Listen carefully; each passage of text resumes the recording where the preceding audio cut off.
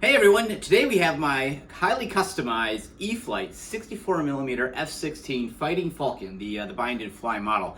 Now, if you remember, when I got it out of the box, it was in the Texas Air National Guard commemorative livery. It had the cowboy on the tail, and it had the Lone Star State flag on the nose. And I decided that that's just not going to work for me. I wanted a Michigan Air National Guard scheme. So I got a hold of Callie and sent her over some graphics for her to make. And she, of course, returned exactly what I was looking for. So I've repainted the aircraft completely. The nose of the aircraft was repainted in using Tamiya neutral gray. It's just a regular one of their AS series spray paints, but it's matched to the federal spec color, the FS number. And I had originally done the rest of the fuselage here in Rust-Oleum 2X primer. Their gray primer I thought was dark enough to be what I wanted, and that's actually what is shown in the, if you watch the maiden review video, that's the color that I used. And I had a really tough time seeing the aircraft in the air. The gray was really too light back here, and it blended in too much with the nose. So I actually went through and repainted this, and Rust-Oleum has a darker gray that is almost an exact match to gunship gray. So I reshot the back half of the aircraft with that, and I'm much happier with how this airplane looks now than when I did the maiden flight. I also went through and detailed the cockpit a little bit. I added a heads-up display. I repainted the pilot, gave him a green flight suit, and painted some of the rest of the interior in here black, and then also used some black matte black vinyl over the top of the gray. So it gave it a little bit more definition and detail to it. But of course, two of my favorite elements of the F-16 here that I've done are the graphics from Callie and the Sidewinder Missiles. So the graphics here are of the 171st Fighter Interception Squadron, which is part of the 191st Fighter Interception Group, and that all falls underneath the umbrella of the 127th Air Wing Michigan Air National Guard. And the 127th Air Wing actually could trace its roots back to the 361st Fighter Group, the Yellow Jackets in World War II. And if you've been following my videos enough, you'll know that all my P-51 Mustangs, with the exception of my little UMX, my 1.2, my 1.5 meter, are all based from that exact same fighter group. So the group that has that flew my P-51s in World War II is also the same group that eventually would fly the F-16 Fighting Falcon here with the Michigan International Guard based in Selfridge Air National Guard base over on the east side of the state during the 1990s. I actually had a chance to work pretty closely with this group here. Back in the 1990s when I was with Civil Air Patrol, they would come in quite a bit to our local airport as well as for air shows and just kind of do cross-country flights.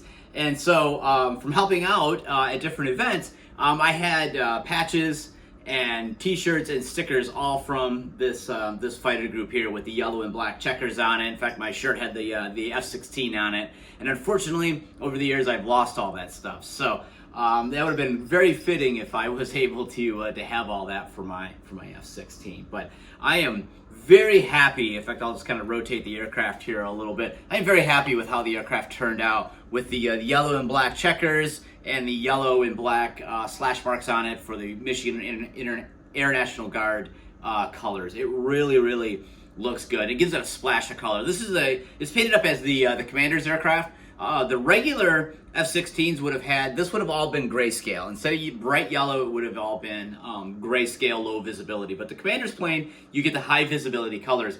And since I really struggled seeing the aircraft well in the air, when it didn't have any markings on it at all, and it was just kind of too light gray, I really wanted the bright yellow on the tail here to kind of just make the airplane kind of pop a little bit more, make it a little bit more visible. You have to excuse that sound there. That is that's one of the cats playing in a Horizon box, because we have a Horizon unboxing video coming up a little bit later. I'll tell you what, nothing excites cats more than an empty box. So the other part of the airplane that I'm really happy with how it turned out is my my Sidewinder missiles here. The factory ones are foam, and they're not really shaped proportionally to look like an AIM-9 Sidewinder. So I cut those off, and I designed up a set myself, and I had them 3D printed, and then and installed these with hot glue on the launcher rail. and it really, in my opinion, looks pretty good. It gives the aircraft a much more scale and accurate appearance, and it just adds just a little bit of that modeling detail that I really love adding to my RC plane. So that's pretty much it in terms of what I've done to the F-16 to kind of customize it. And I have to say, I look at pictures of it in the Air National Guard scheme from Texas, and I look at it here with the Michigan scheme, and I love my Michigan scheme just so much more. It fits my personality a lot more. It's called the Six Packs, is the name of the group here, and I'm more of a six-pack guy than a kind of a sharp, six-shooter type guy, cowboy. So I really am happy with how this scheme turned out. It fits the aircraft very well. I just did a little bit of light weathering on it, not much at all. Pretty much just kept it fairly clean, as this would be the commander's aircraft. It would stay pretty clean anyway. But I'm really excited to get this thing in the air now that I've added the new decals here from Kelly. I think it's going to really improve the visibility and how much I see it in the air. I'm currently working on changing the Harpoon missiles and the drop tanks. I'm doing some work on those. I'm not sure if I'm going to install them or not. I might actually design a quick release system in which I can take them on and off, because it does slow the aircraft down quite a bit to have the ordnance and the drop tanks on here.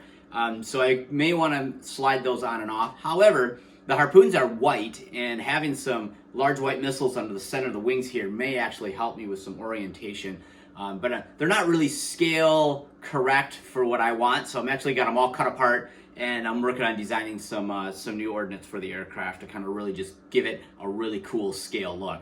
The downfall of doing that is whenever you add 3D printed scale details like missiles and rockets, bombs, any of that type of stuff to it, is it adds a lot of weight. I've actually done a couple generations of the Sidewinders here in order to try to get that weight down. Otherwise, being so far set back on the wings, it actually made the aircraft very tail heavy with the battery all the way to the nose. So just be cautious of that. As you add stuff to the aircraft, make sure you recheck your center of gravity, because you'll find that it will probably change the more stuff you add on it. Plus, the more stuff you add on it, the more weight there is overall, and also the more drag there is as well. So just keep those things in mind if you start doing more modeling like what I do to my aircraft here.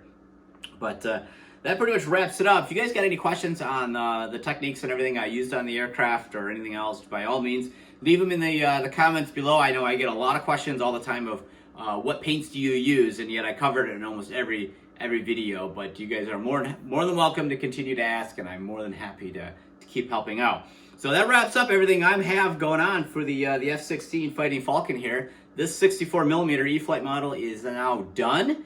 As far as, besides the ordnance and some things like that, but otherwise it's pretty much done for right now. I'm going to go get on to some other projects here, but I am really happy with how this aircraft turned out. I'm very happy how the aircraft also flew. And I have to say, it kind of opened up the gateway to start looking at EDFs, because before, I always thought EDFs were like a little out of my range, and I flew this thing and I go, man, this thing is remarkably easy to fly for me. I didn't have any trouble. So I think we're going to start getting some more EDFs in the hangar now that I've proven to myself that I can fly this beautiful F-16 Falcon here from E-Flite.